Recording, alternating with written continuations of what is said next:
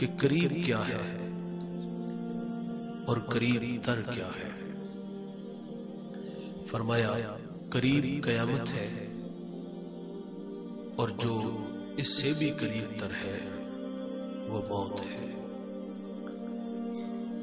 موت کتنی قریب ہے یہ ہم میں سے کسی کو کوئی خبر نہیں کہ سانسوں کی مالا کب ٹوٹ جائے اور یہ موتی خاک میں مل جائے۔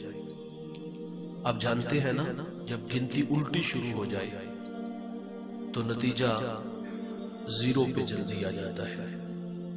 میری اور آپ کی زندگی کی گنتی یہ الٹی شروع ہو چکی ہے۔ ویسے ہمیں دھوکہ لگا ہے، ہم سمجھتے ہیں کہ ہم دن بدن بڑے ہو رہے ہیں۔ بڑے نہیں ہوتے، ہم دن بدن چھوٹے ہو رہے ہیں۔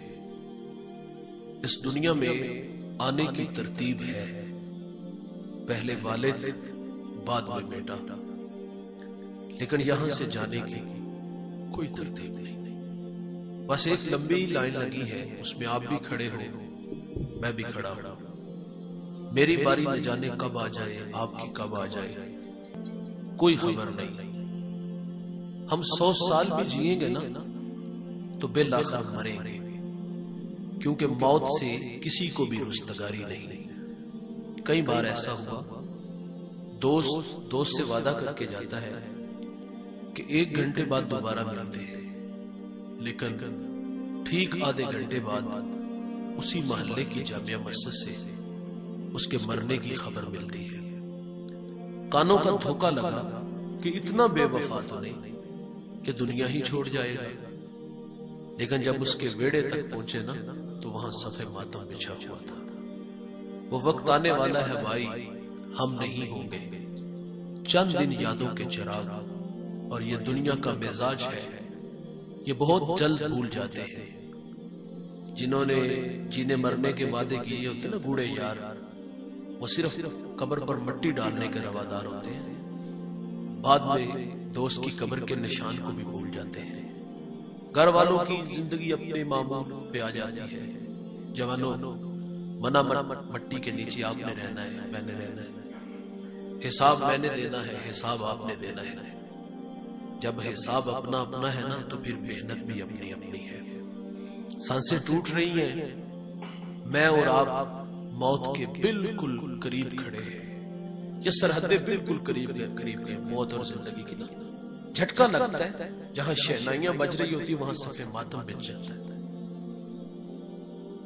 میرے کریم آقا صلی اللہ علیہ وسلم صحابہ سے ایک دن فرماتے ہیں، زندگی اور موت کے بارے میں تمہاری رائے کیا ہے؟ ایک صحابی نے عرض کیا، فجر کی نماز پڑھی ہے، پتہ نہیں اللہ تعالیٰ ظہر کی نماز پڑھنے کی مہلت دے کہ نہ دے۔ آقا فرماتے ہیں، اتنی لمبی امید، فجر سے لے کر ظہر تک جینے کی امید لگائے بیٹھے۔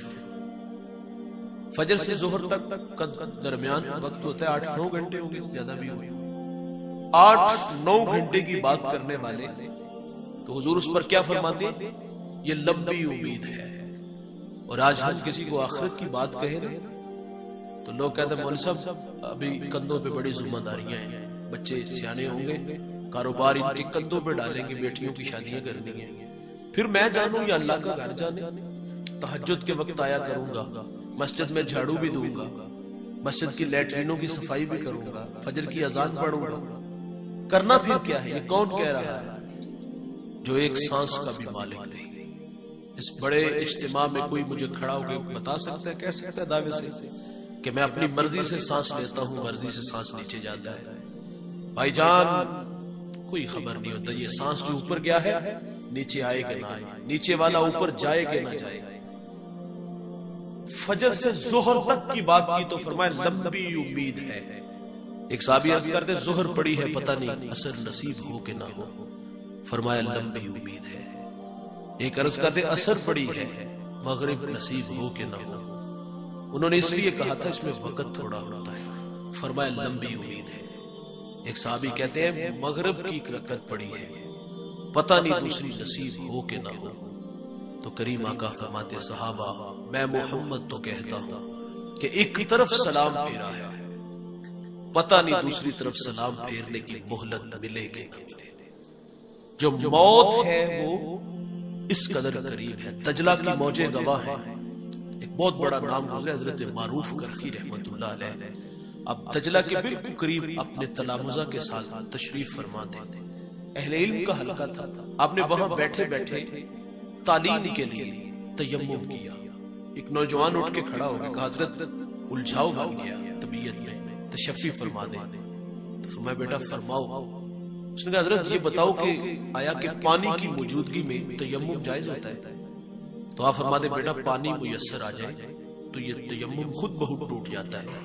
تو اس نے کہا حضرت جب آپ مسئلے کی نوعیت سے باخبر ہے، 2 قدم پر دجلہ کی بکھرتی موجیں آپ کا استقبال کر رہی، اٹھتے جا کے وضو بنا لیتے، علم ہونے کے باوجود آپ نے ایسا کیوں کیا؟ تو آپ فرماتے بیٹا یہ تمہیں سمجھانے کے لیے کیا تھا، اور پھر اپنی طرف اشارہ دیتے یہ 6 فٹ کا انسان ہے کیا؟ زندگی اور موت اس کی حقیقت ہی کیا ہے؟ فرمایا یہ تو پانی کا بلبلہ ہے، بلبلے کو نہ اٹھنے میں دیر لگتی ہے نہ پھٹنے میں دیر لگتی ہے۔ فرمایا میں قدم اٹھاؤں اور زندگی وفا نہ کرے؟ آپ فرماتے میں نہیں چاہتا کہ جب میں دنیا سے جاؤں تو بغیر وضو ہی مر جاؤں۔ جو لوگ احتیاط کی راہوں پہ قدم رکھتے ہیں ان سے عمل کی راہیں نہیں روٹتی، اور جو زندگی شترے بے مہار کی طرح گزارتے ہیں، منمانی کرتے ہیں، پھر ان سے عمل کی راہیں بھی روٹ جاتی ہیں۔ ہم نے اسلاف کو پڑھا ہے، ہم نے ان کی زندگی کو بڑا محتاط پڑھا ہے۔ یار وہ لوگ جنہیں میرے رسول جنت کی بشارت دے، لیکن اس کے باوجود بھی وہ اپنی آخرت موت کے معاملے میں فکر مند پائے گئے۔ حضرت عمر رضی اللہ تعالیٰ عنہ نے ملازم رکھا۔ دیکھیے بھائی ہم دیہاتوں کے رہنے والے ہیں، ہم ملازم کس لیے رکھتے ہیں؟ کھیتی باڑی کے لیے، جانوروں کو چارہ ڈالنے کے لیے، گھر کی چوکی داری کے لیے۔ جو 23 لاکھ مربع میل کے حاکم ہیں انہوں نے ملازم کیوں رکھا؟ کہ وہ رات کو آ کے پاؤں دباتا تھا؟ نہیں، انہوں نے ملازم اس لیے رکھا کہ تو نے آنا ہے، میرے دروازے کو دستک دینا ہے اور کہنا ہے عمر موت کو مت بھولنا، اور اس بات کی آپ بہانہ اس کو تنہا دیتے۔ آج ہم کسی کو موت یاد کرائیں تو لوگ کہتے ہیں مولوی اپنی تقریر اپنے پاس رکھ، ہمیں بھی مرنا یاد آتا ہے، اور وہ اس بات کی بہانہ تنخواہ دیتے ہیں کہ تو نے کنڈا کھڑکا کے کہنا ہے عمر موت کو نہیں بھولنا۔ وہ آتا پیغام دیتا چلا جاتا۔ ایک دفعہ وہ آیا تو آپ نے اس کی تنخواہ اس کی ہتھیلی پہ رکھی، کہا آج کے بعد نہیں آنا آپ نے۔ اس نے کہا حضرت میرے آنے میں کوئی کوتاہی تو نہیں ہوئی؟ کہا ایسی کوئی بات نہیں۔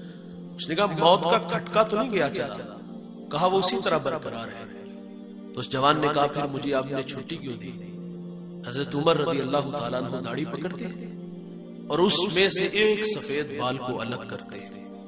آپ فرماتے اب تو نے کیا موت یاد کروانی ہے؟ یہ سفید بال ہی مجھے چین نہیں لینے دیتا۔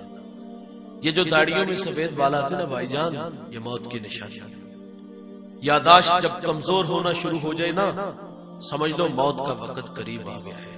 یہ اٹھتے جنازے، یہ پھیلی ہوئی قبریں، یہ بچھے ہوئے صفے ماتم ہمیں پیغام موت دیتا ہے بھائی۔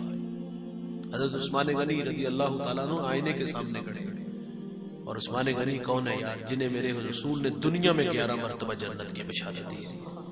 آقا فرماتے میری 40 بیٹیاں بھی ہوتی تو ایک ایک کر کے عثمان کے نکاح میں دے دیتا، جس سے فرشتے بھی حیا کریں۔ آئینے کے سامنے کھڑے، داڑھی میں سفید بال نظر آئے تو رونے لگے۔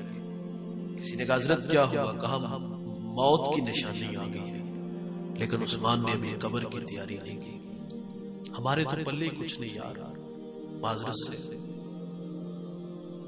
ہم تو سال بعد مسجد میں آتے ہیں، ہماری محافل ہماری مجالس کہاں ہے؟ اہل علم کے پاس بیٹھتے، بے رہروی کا شکار ہے یار۔ جو حضور کی صحبت میں رہنے والے ہیں اپنی آخرت کے معاملے میں کس قدر فکر مند پائے گئے۔ داڑھی میں ایک بال دیکھا تو رونے لگے، ایک بال۔ معذرت سے کہوں گا ہماری تو ساری ساری داڑیاں سفید ہو جاتی ہیں، لیکن ہم عملے بس سے پھر بھی باز نہیں آتے۔ وہ میاں صاحب فرماتے ہڈیاں کھڑکن گوڈے کمبن اڑ گیا لک تیرا، ہجے بھی بدیوں باز نہ آیا جیو مرد لیرا۔ قبر میں ٹانگے ہیں عملے بس سے پھر بھی باز نہیں آتے۔ بھائی جان تھوڑی سی زندگی ہے، دوبارہ کسی نے نہیں آنا۔ کوئی مجھے بتا سکتا ہے آپ کے گاؤں سے کوئی 100 سال پہلے کی بات کو آپ کے بوڑھوں نے سنائی ہو کہ فلاں ہمارا جاننے والا ہمارا رشتہ دار گیا اور دوبارہ پھر قبر سے اٹھ کے 50 سال زندگی گزار کے پھر گیا واپس؟ کوئی نہیں آیا، کسی نے نہیں آنا، آتا بھی نہیں ہے بھائی۔ چلے جانا ہے، مر جانا ہے، رب کے حضور حاضر ہونا ہے۔ تو یار یہ تھوڑی سی زندگی کیوں ہم غفلت میں گزارتے ہیں؟ اپنے رب کو منا لو یار، اپنے رب کی یاد سے اپنے دکھی دلوں کو جلا بخشو یار۔ یہ اتنا بڑا گھر اللہ کا بنایا ہے، یہ سجدوں کے لیے بنایا ہے۔ معذرت سے کہوں گا نماز کے وقت ایک صف بھی مکمل نہیں ہوتی ہوگی۔ یہ ساری بستی مسلمانوں کی ہے، یہاں بسنے والے مسلمان، ایک گھر میں 6 افراد ہیں، سب پہ نماز فرض ہے۔ کیا گھر میں بیٹیوں نے مصلے بچھائے؟ کیا حی علی الصلاۃ کی صدائے فضا میں گونجی؟ تو کیا ہم نے کام کاج چھوڑ کے خدا کو سجدہ کیا؟ نہیں کیا بھائی۔ آج وقت ہے، آج موقع ہے، وقت پہ جب انسان آنکھیں کھول لے گا تو خدا راہیں آسان کر دے گا۔ قریب موت ہے صاحب، اور اس موت کو ہم نے کئی بار لوگوں کی گردن دبوچتے دیکھا ہے، کئی گھر اجڑتے ہم نے دیکھے، جوانوں کی جوانیاں بکھرتی ہم نے دیکھی۔ غزالی لکھتے ہیں کبھی دنیا میں نظر دوڑاؤ تو تمہیں بوڑھے لوگ تھوڑے ملیں گے۔ کیوں؟ فرماتے بڑھاپے کو تھوڑے پہنچتے ہیں۔ مرنے والا یا تو بچپن میں یا پھر ان فوان شباب، ابھی جوانی کی دہلیز پہ قدم ہوتا ہے کہ اٹھا لیا جاتا ہے۔ ہم نے کتنے جوانوں کو اپنے کندھوں پہ اٹھا کے قبر میں اتار کے نہیں آئے۔ غزالی فرماتے قبرستان جایا کرو اور جا کے دیکھو کہ کتنے کتنے حسینوں کی مٹی خراب ہو رہی ہے، جو اپنے بدن پر چٹکی بھر مٹی رکھنا گوارا نہیں نہ کرتے تھے، آج منا من مٹی کے نیچے۔ اس مٹی کے نیچے ہم نے بھی جانا ہے۔ چند دن یاد رکھتے ہیں، اور یہ ہم نے خود اپنی آنکھوں سے دیکھا ہے، تھوڑے دن ہی یاد رکھتے ہیں، پھر اس کا نقشہ بھی ذہن میں نہیں آتا، وہ کیسا تھا، اس کی باتیں کیسی تھی۔ قریب تر موت ہے۔ مجھے سادی کی وہ بات بڑی اچھی لگتی ہے۔ آپ فرماتے جب تو دنیا پہ آیا تھا نا تو روتا تھا، لوگ ہنستے تھے۔ بچہ جب دنیا میں آتا تو اس کے ساتھ ہمزاد شیطان بھی جنم لیتا ہے، بچے کی پسلیوں کو چھیڑتا ہے اور درد ہوتا ہے بچے کو، تو بچہ درد کی شدت کی وجہ سے روتا ہے۔ جب روتا ہے تو گھر والے خوش ہوتے ہیں کہ یہ زندہ ہے۔ بچہ روئے نا، گھر والے پریشان ہو جاتے کہیں مردہ تو نہیں۔ آپ فرماتے ان سے بدلہ لے کے جانا ہے۔ فرمایا تو آیا تھا تو روتا تھا، یہ ہنستے تھے۔ فرمایا زندگی ایسی گزار کے جا کہ جب تو دنیا سے جائے تو تو ہنستا ہوا چلا جائے اور لوگ روتے ہوئے رہ جائے۔ لیکن معذرت سے بھائی ہم دنیا میں آئے بھی روتے ہوئے، اور جب دنیا سے جاتے ہیں تو پھر بھی روتے ہوئے چلے جاتے ہیں۔ قریب تر موت ہے بھائی، اس کو کبھی بھی نہ بھولیے گا۔ سائل کا دوسرا سوال، عجیب کیا ہے اور عجیب تر کیا ہے؟ فرمایا عجیب دنیا ہے، عجیب تر دنیا کو طلب کرنا ہے۔ الدنیا سجن المومن وجنت الکافر، دنیا مومن کے لیے قید خانہ، کافر کے لیے یہ جنت ہے۔ دنیا مردار، اس کو چاہنے والے کتے۔ حضور شاہ رحمت بخاری فرماتے جو دنیا کو محبت کی نظر سے دیکھے گا، اللہ سینے سے تقوی کے نور کو کھینچ کے لے جائے گا۔ اور آج دیکھ لو ہماری دوڑی دنیا کے صبح سے شام اور شام سے صبح تک ایک ہی نغمہ، ایک ہی دھن اور ایک ہی دوڑ ہے، دنیا دنیا۔ ہم تو بچوں کو بھی کونسلے دیتے ہیں، وہ کہاں کھڑا تھا غربت کی لکیر پہ، آج اس چک کا سب سے امیر شخص بنا، اور تم نکمو آج بھی ریڑھی پہ کھڑے ہو۔ ہم نے اپنے بچوں کو صرف دنیا کا درس سکھایا، دنیا اکٹھے کرنے کا خواب دکھایا، پردیس کے دھکے دیے ہم نے۔ ہاں ہم نے 8 سے 18 گھنٹے مشقت کی، لیکن کیوں نہ ہم اپنے بچوں کو سکھا سکے۔ پتر جب گھر سے جاتے ہو تو راستے میں دوران کام کے وقت میں ظہر کا وقت ہو جاتا ہے، بیٹا نماز پڑھنا۔ چھٹی کر کے جب واپس آؤ گے تو گھر آنے میں ظاہر مغرب کی اذان ہو جاتی ہے، تو آپ راستے میں کہیں کھڑے ہو کر نماز پڑھنا بیٹا۔ کیوں نہیں ہم اپنے بچوں کو آخرت کا بھی درد دیتا، صرف دنیا کے پیچھے کیوں دوڑایا؟ کیوں کہا حلال حرام تو چھوڑو، ہمیں 2 کنال کا گھر چاہیے، شریکہ برادری ہے، ان کی ہماری ناک کٹ جائے گی اگر ہم پیچھے رہ گئے۔ بھائی جان نصیب کا پیچھے بھی آ جاتا ہے، کتوں کو بھی رزق ملتا ہے یار، اپنے بچوں کو آخرت کا درد بھی دو، اپنے بچوں کو آخرت کی کہانیاں سنایا کر۔ عجیب دنیا ہے، عجیب تر دنیا کو طلب کرنا ہے۔ ہم یہ نہیں کہتے کہ آپ بیوی بچے چھوڑو، ماں باپ چھوڑو، بہن بھائی چھوڑو، جنگلوں میں، بیابانوں میں، ویرانوں میں، غاروں کی تنہائیوں میں بیٹھ کے حق ہو کے نعرے لگاؤ۔ لا رہبانیت فی الاسلام، اسلام میں رہبانیت نہیں، کونے خدرے کا نام دین نہیں۔ اقبال بھی تنقید کرتا ہے، وہ کہتا ہے جا بیٹھ کسی غار میں اللہ کو کر یاد۔ اسلام یہ نہیں کہتا بھائی چھوڑ دو سب کچھ، اسلام کہتا ہے رزق حلال کماؤ، کما کے جو لقمہ بیوی کے منہ میں رکھو گے اللہ اس کو صدقہ لکھ دے گا۔ ہاتھ سے رزق کمانے والا اللہ کا حبیب ہے۔ اور بھائی جان رومی لکھتے ہیں کہ کشتی پانی کے اوپر اوپر رہے نا تو خیر سے اللہ ہوتی ہے، مسافر کو کنارہ دیتی ہے، ڈوبتی نہیں، ڈوبنے دیتی بھی نہیں۔ کشتی میں پانی آ جائے تو کیا ہوتا ہے؟ کشتی خود بھی ڈوبتی ہے، مسافروں کو بھی لے ڈوبتی ہے۔ جوانوں دنیا میں اس طرح رہو جس طرح کشتی پانی کے اوپر اوپر ہے، خیر سے اللہ۔ کشتی میں پانی آیا، بیڑا غرق ہوا، اور اگر ہمارے اندر دنیا آگئی، جینا مرنا ہی دنیا کے لیے ہوا، تو جس طرح کشتی کے پلے کچھ نہیں نہ بچا تھا، ہمارے پلے بھی کچھ نہیں بچے گا۔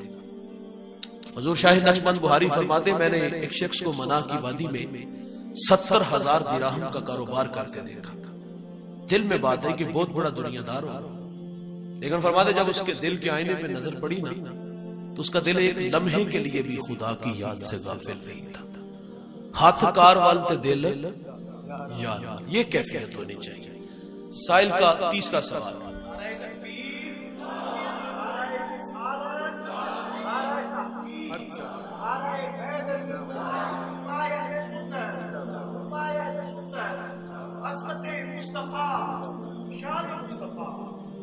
سائل کا تیسرا سوال، اس نے کہا واجب کیا ہے اور واجب تر کیا ہے؟ فرمایا واجب توبہ ہے اور واجب تر گناہوں سے بچنا ہے۔ جب بندہ گناہ کرتا ہے نا تو دل کا آئینہ دھندلا ہو جاتا ہے، جب گناہ پہ گناہ ہوتے ہیں تو پھر دل سیاہ ہو جاتا ہے، اور جب دل سیاہ ہو جائے تو پھر گناہ کرتے ہوئے بھی شرم نہیں آتی۔ فخر سے پھر لوگوں کو اس گناہ پہ جو ہے وہ باخبر کرتا ہے کہ دوست کی دعوت پہ گیا، اس نے ڈرموں میں شراب ڈالی تھی اور مٹکے بھر بھر کے ہم نے پی۔ حضور فرماتے شراب پینے والا بت پوجنے والے کی طرح ہوتا ہے۔ فرمایا شرابی کو جب قبر میں اتارا جائے گا تو اس کا رخ قبر کے اندر قبلے سے پھیر دیا جائے گا۔ شرابی کو مرتے وقت کلمہ بھی نصیب نہیں ہوتا، اور یہ فخر سے بتاتے ہیں دوست کی دعوت پہ گیا۔ میں نے ایک بزرگ کا قول پڑھا ہے، وہ کہتے ہیں گناہ کی سزا یہ ہے کہ بندہ گناہ کر کے پھر گناہ کرتا ہے، گناہ کر کے معافی مانگ لے تو اللہ معاف کر دیتا ہے۔ لیکن یہ کیسا گناہ گار ہے، گناہ کر کے شرم نہیں آ رہی، اتراتا ہے کہ دوست کی دعوت پہ گیا ایسے کیا ایسے کیا۔ بندہ شراب پی لے گا تو پھر تقدس ماں رشتوں کا حیا بھی بھول جاتا ہے۔ کسی نے سیدنا صدیق اکبر رضی اللہ تعالیٰ عنہ سے کہا، عرض کیا کہ آپ نے زمانے جاہلیت میں شراب پی؟ فرمایا میں نے وہ کام ہی نہیں کیا جس میں بہن اور بیوی میں تمیز ہی نہ رہے۔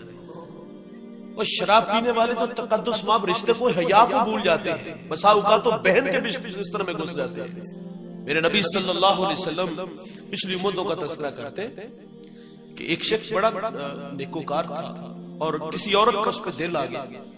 اس نے اپنی ملازمہ کو کسی کو بھیجا کہ اس کو کسی بہانے سے میرے تک لے آؤ کہ آپ سے ہم نے گواہی دلانی ہے۔ جب وہ جوان چلا گیا 7 دروازوں میں اس کو مکفل کر دیا گیا۔ اس نے کہا کوئی گواہی نہیں دلانی تھی، بس تیرے پہ دل آ گیا، تو اچھا لگا ہے، دل کو بھا گیا ہے، اور اب میری آرزو ہے کہ نفس کی تسکین کر دوں۔ وہ جوان نیک تھا، حیا والا تھا، کہا میں نے کبھی زنا نہیں کیا۔ اس نے کہا یہ ساتھ ایک شخص کو اس نے رسیوں سے باندھا ہوا، کہا اس کو قتل کر۔ کہا یہ بہت بڑا جرم ہے۔ شراب کی بوتل قریب کھڑی تھی، پڑی تھی، کہا اس کو پی لو۔ کہتا ہے یہ بھی گناہ کبیرہ ہے، میں تو نہیں کروں گا۔ اس نے کہا تو اس وقت میرے ہتھے ہے اور ذاتوں ابھی شور مچاؤں گا، شرافت کا جنازہ نکال دوں، اختیار کر لو ان تینوں میں سے کس کو قبول کرو گے، یا شراب پی لو یا قتل کر دو یا پھر بدکاری کرو۔ اچھا اس نے بھی دیکھ لیا کہ اب یہاں سے جان چھوٹنے کو نہیں، تو اس نے وہ سب سے جو ہلکا گناہ سمجھا نا اس کو اختیار کیا، قتل کو پسند نہ کیا، بدکاری کو پسند لگی. اس نے کہا چلو شراب پی لیتے. اس نے ایک پیالہ شربت کا پیا تو نشے میں آ گیا. اس نے کہا ایک اور دو. اس نے ایک اور دیا. 3 پیالے پیے. وہی جو ابھی اتنے بڑے جرم کہہ رہا تھا اب بدمست ہوا, آگ بجھانے کے لیے آگے بڑھا. جو خود کو خود پیش کرتی تھی اب اس نے ہاتھ کھینچ لیا. کہا اتنی دیر تک قریب نہیں آؤں گا جتنی دیر تک اس کو قتل نہیں کرو گے. کاٹ دیا اس کے ساتھ بدکاری بھی کی. اور شراب تو گناہوں کی جڑ ہے, اور آپ اس کو کہتے ہیں کہ دوست کی دعوت پہ گیا اور اس نے ڈرموں میں شراب ڈالی تھی, مٹکے بھر بھر کے خدا کو ناراض کر کے آگے فخر سے بتاتے ہو. گناہ کی سزا یہ ہے کہ بندہ گناہ کر کے پھر گناہ کرتا ہے. اور بھائی گناہ کر کے ہاتھ جوڑ کے کہنا یا اللہ نہیں کراں گا تیری مہربانی. سورج ابھی مغرب سے طلوع نہیں ہوا جوان, توبہ کا در کھلا ہے. آج اللہ سے معافی مانگو گے نا تو اس کا وعدہ ہے میں اس کے گناہ کو لوہے محفوظ سے مٹا دوں گا. ہم تو مائل بکرم ہے کوئی سائل ہی نہیں, راہ دکھلائی اسے کوئی رہ روے منزل ہی نہیں. حضور کی خدمت میں ایک خاتون آئی, عرض کرتی طہرنی یا رسول اللہ. 4 دفعہ آقا پاک کیجئے, آقا مجھے پاک کیجئے. مجرمہ کا گناہ بہت بڑا تھا, شادی شدہ تھا, زنا کا ارتکاب ہوا, پیٹ میں بچہ تھا. فرمایا گناہ تو نے کیا ہے, سزا تیرے لیے.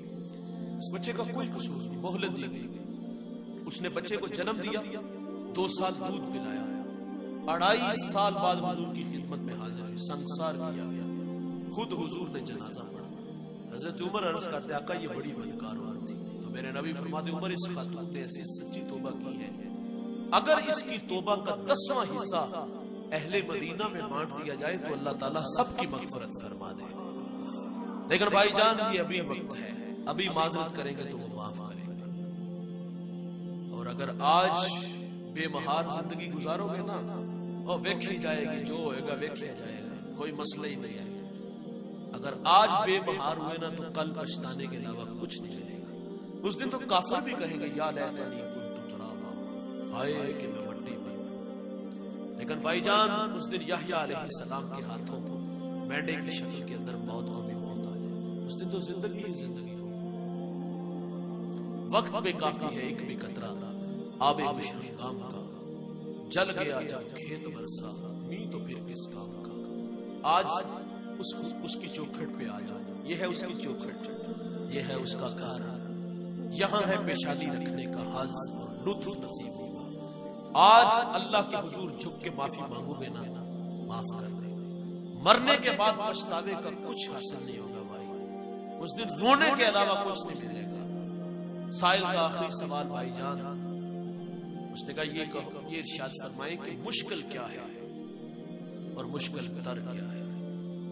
فرمایا مشکل ہے قبر میں اترنا, اور جو اس سے بھی مشکل ہے وہ اعمال کے بغیر اترنا ہے. قبر کے معاملے بڑے ڈھنڈے ہیں. عثمان غنی رضی اللہ تعالیٰ عنہ جب قبر کی بات آتی تو کانپ جاتے. کسی نے کہا حضرت جہنم پہ یہ کیفیت نہیں. فرمایا پہلی منزل ہی قبر ہے, اگر یہاں سے نجات نہ ہوئی تو باقی معاملے بعد کے ہیں. اچھا یہاں آ کر کے بڑا دکھ ہوتا ہے, کچھ لوگوں کو بے نیاز کرتے ہیں. ہم کہتے ہیں وہ دوسروں کی قبروں میں کیڑے مکوڑے آئے ہیں.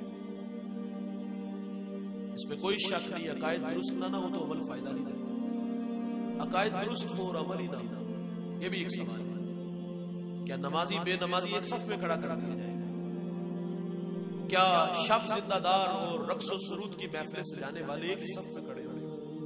کیسی باتیں کرتے ہم یار, کیوں لوگوں کو عمل سے بے نیاز کرتے ہیں؟ عقائد کی بات ہو تو عثمان غنی سے بھی بڑھ کر کسی کا عقیدہ ہوگا. وہ قبر کے معاملے میں اس قدر تڑپ جاتے ہیں, ہمارے تو پلے کچھ نہیں یار. کیوں لوگوں کو عمل سے بے نیاز کرتے ہیں؟ یہ جنت کا باغ بھی ہے, یہ جہنم کا گڑھا بھی ہے. القبر بیت الدیان, یہ کیڑوں کا گھر ہے جوانوں. فرمایا اگر کوہ قبیس کی چھاتی کو ڈنگ مارے اتنا زہریلا ہے کہ وہ اپنے وجود کو برقرار نہیں رکھ پائے. مسلط کس پہ ہوگا؟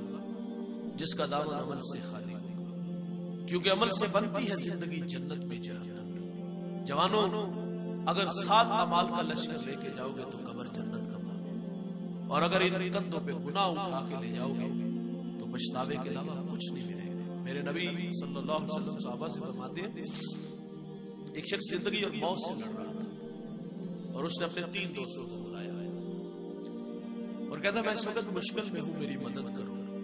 پہلے دوست نے سرے سے انکار کیا، معذرت میں تیرے لیے کچھ نہیں کر سکتا۔ وہ کہتے نا کہ تمام عمر سہاروں کی آس رہتی ہے، تمام عمر سہارے خرید لیتے ہیں، کمر توڑ دی اس نے۔ دوسرے سے کہا بتا تو کیا کر سکتا ہے؟ تو دوسرا دوست کہتا ہے کہ جب تیری سانسیں ٹوٹے گی بازار سے سفید کپڑا لاؤں گا، تجھے غسل دوں گا، اور ہم جب اپنے مردے کو نہلاتے تو اس میں بیری کے پتے بھی ڈالتے تاکہ صفائی ستھرائی ہو سکے۔ کہا پھر وہ چٹا لباس تیرے زیب تن کروں گا۔ یہاں رک کر کے ایک جملہ عرض کروں گا، مرنے والا امیر ہے یا غریب، غنی ہے یا محتاج، شہنشاہ ہے یا گداگر، مرنے والے کو جو آخری لباس دیا جاتا ہے اس کی کوئی جیب نہیں ہوتی۔ ہمارا جب کوئی عزیز دنیا سے جاتا تو ہم کیا کرتے ہیں؟ اس کے ہاتھ سے چاندی کا چھلا اتار لیتے ہیں، اس کی جیب سے پیسے بھی نکال لیتے ہیں، اسے قبر میں اتار کے گھر آئے تو پہلا کام بچوں نے کیا کیا؟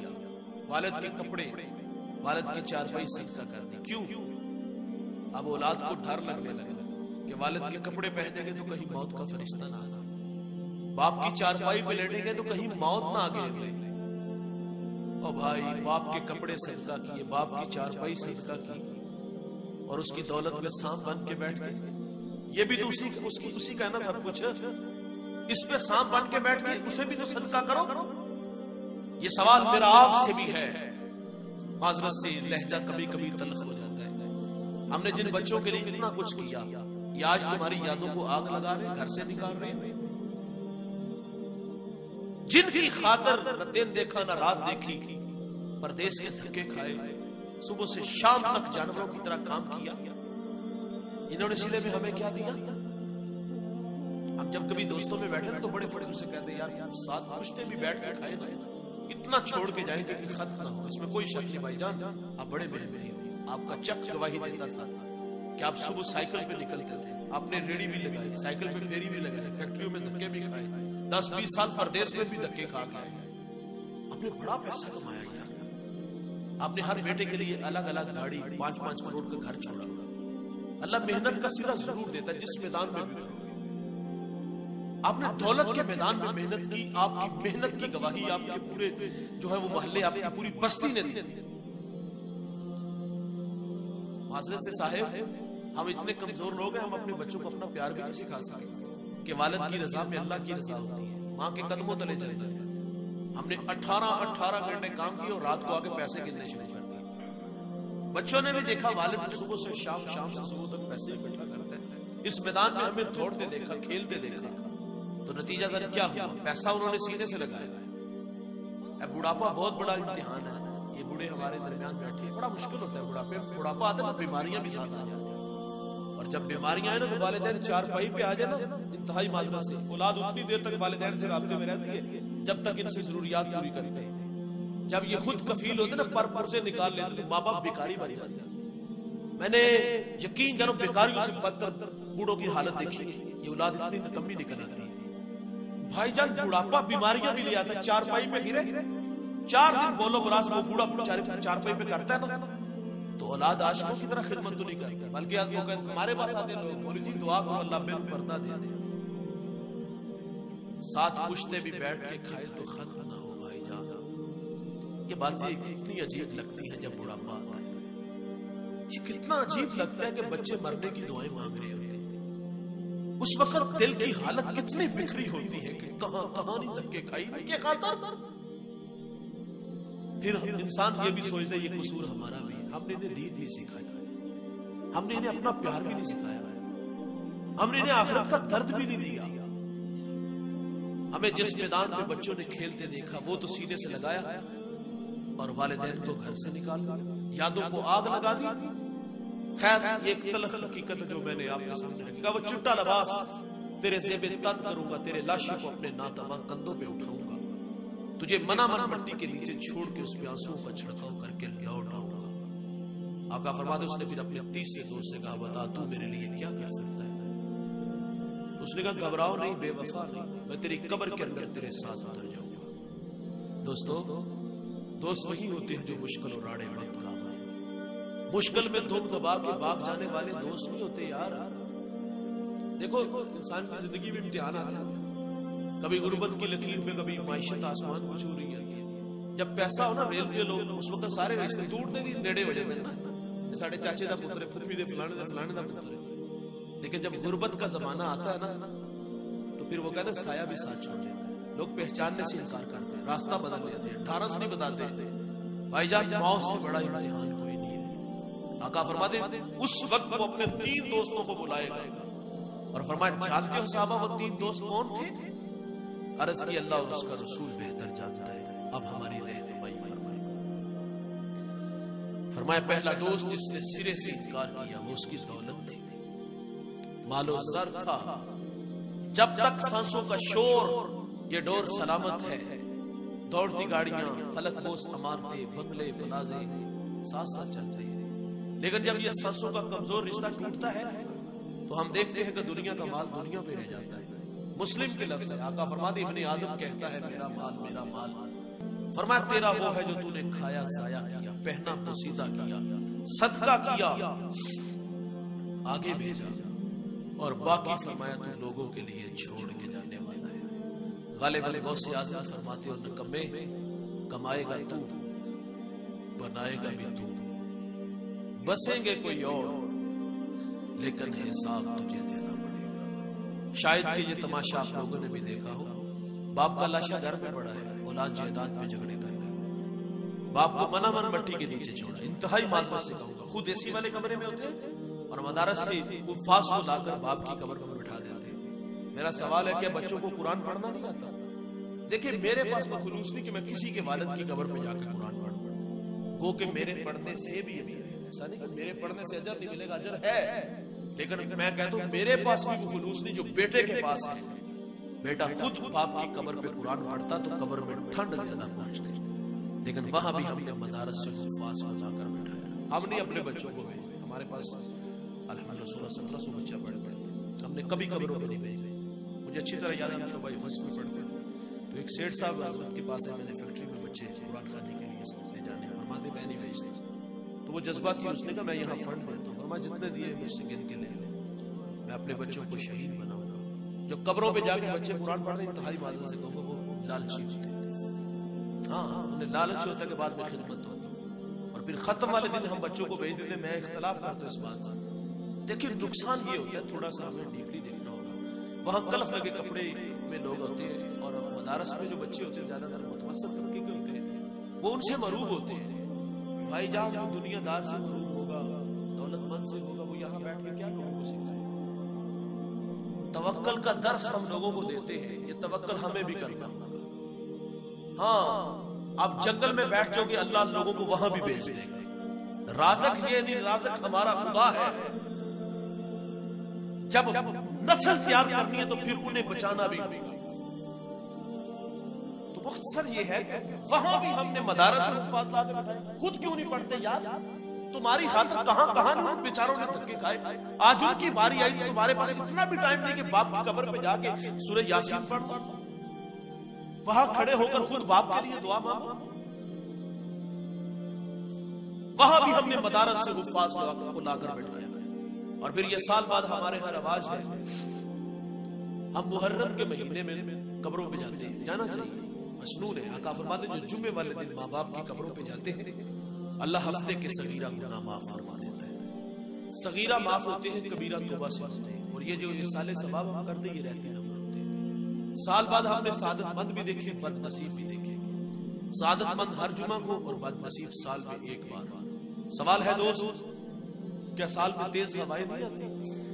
آتی ہے، مٹی کی چادر اڑا کے لے جاتی ہے۔ کیا بارش نہیں برستی؟ برستی ہے، مٹی کا نشان مٹا دیتی ہے۔ سال بعد نالائق نکمے بیٹھے قبرستان میں باپ کی قبر کو ڈھونڈ رہے ہیں، بسیار کوشش کے باوجود نہیں نہ ملتی، تو پھر محلے دار کہتے ہیں چچا یہاں والد کی قبر تھی، پتر ہواؤں کی دوش اڑ گئی، ماں کی قبر تھی، وہ تو بارش کا پانی بہا کے لے گیا۔ میاں صاحب فرماتے جان دی باری ڈرونا بنیا، ہاتھ نہ لندے ڈرتے، جنہ لئی تو پاک کمائی کتنے نہیں تیرے کر گئی۔ یہ قبروں کے نشانوں کو بھی بھول جاتے ہیں. فرمایا تو کمائے گا، تو بنائے گا، بسیں گے کوئی اور ہے، ساتھ تجھے دینا پڑے گا. پہلا دوست جس نے سرے سے انکار کیا وہ دولت تھی. جو چند قدم ساتھ چلے فرمایا وہ ملنے والے تھے، عزا و قریبا تھے. اور تیسرا دوست جو اس کی قبر میں اس کے ساتھ اتر گیا تھا، آقا فرماتے وہ تھا بندے کا نیک عمل جو وہ اپنے ساتھ اپنی قبر میں لے گیا تھا. دوستو عزت افزائی کا معیار اچھے اعمال ہے. اعمال میں کوتاہی ہوئی تو رونے اور پچھتانے کے علاوہ کچھ بھی نہیں ملے گا. دوستان عزیز، ایک بار یہ آئے ہیں، دوبارہ پلٹ کے آنا کوئی. یہ مسجد کی تعمیر جاری ہے، مسجد خوبصورت بنی ہے. اللہ جل نے تعاون کی، اللہ نے برکات سے مالا مال فرمائی. تو یہ اللہ کا گھر سجدوں سے مزین کرو. آج کی اس منزل میں ہم وعدہ کریں گے ہم نماز نہ چھوڑیں گے. دیکھو بھائی، آپ ٹھیک ہے مزدوری کرتے ہو، بڑی محنت کرتے ہو، صبح سے شام تک محنت کر کے تھک جاتے ہو، لیکن جو سجدے سے حظ اور لطف ملے گا وہ ساری تھکن اتار دے گا. رب کے حضور حاضر ہونا ہے تو پیشانی میں سجدے لے کے جاؤ، ورنہ قیامت کو اللہ کہے گا مجھے سجدہ کرو. اس دن بے نمازی بھی چاہے گا کہ ساری زندگی اللہ کی نہیں مانی، چلو آج ہی سجدہ کر لیں. اس دن دوستوں بندہ باوجود چاہنے کے بھی سجدہ نہیں کر پائے گا، کمرے اکڑ جائے گا. اور بے نمازی کہاں کھڑا ہوگا؟ قارون، حامان. اب جانتے ہو یہ کون ہے؟ یہ اللہ رسول کے دشمن ہے. جس صف میں اللہ رسول کے دشمن کھڑے ہوں گے نا، اسی صف میں بے نمازی کو کھڑا کیا جائے گا. یہ کوئی اعزاز کی بات تو نہیں ہوگی. وہ ساگر صدیقی کہتے ہیں کون کہتا ہے کہ ظلمات نے دم توڑ دیے. ہم لوگ آج بھی دلوں میں کھڑے. ڈسٹرکٹ منڈی باورلی نے ایک جگہ بیان کرنے گیا تو نماز کے وقت ہمارے ساتھ ایک ذات کا مصلی کھڑا ہو. دیکھو اللہ کے ہاں زیادہ پرہیزگار عزت والے ہوتے ہیں. یہ تو ہم بھی اونچ نیچ کمی چوٹی کے بنائے نا سلسلے میں. تو اس نے وہ ذات کا مصلی تھا، وہ پرنٹ کا پڑا تو اس نے کھینچ کے پچھلی صف میں کر دی. وہ کہتا تیرے ساتھ تو میری نماز بھی نہیں ہوتی. یار ہماری حالت یہ ہے کہ ہم کمی کے ساتھ کھڑا ہونا توہین سمجھتے ہیں. جو اللہ رسول کے دشمن ہوں گے ان کے ساتھ کھڑا ہونا کیا یہ اعزاز کی بات ہوگی؟ آج کے اس مذہب میں ہم سب وعدہ کر کے جائیں کہ یا اللہ آج کے بعد ہم نماز نہ چھوڑیں. یہ نہیں کہنا کہ کل سے شروع کروں گا، آج سے ہی شروع کروں گا. آج عشاء کی نماز پڑھیں گے نہیں پڑھیں، اور سجدے میں سر رکھ کے اللہ سے دعا مانگیں گے، عرض کریں گے، معذرت کریں گے کہ یا اللہ ساری زندگی نافرمانیوں میں، بے وفائیوں میں گزر گئی. آج کی شب تیرے حضور سجدہ ہے اور وعدہ ہے ہم خود بھی اور اپنی نسلوں کو بھی مسجد کی راہوں کا، قرآن کی راہوں کا راہی بنائیں گے. یقین جانو زندگی خوبصورت ہو جائے گی. اور اگر غفلت میں گزر تو جانی ہے تو جس طرح سادی کہتے روتا آیا تھا اور روتا ہی دنیا سے چلا جائے.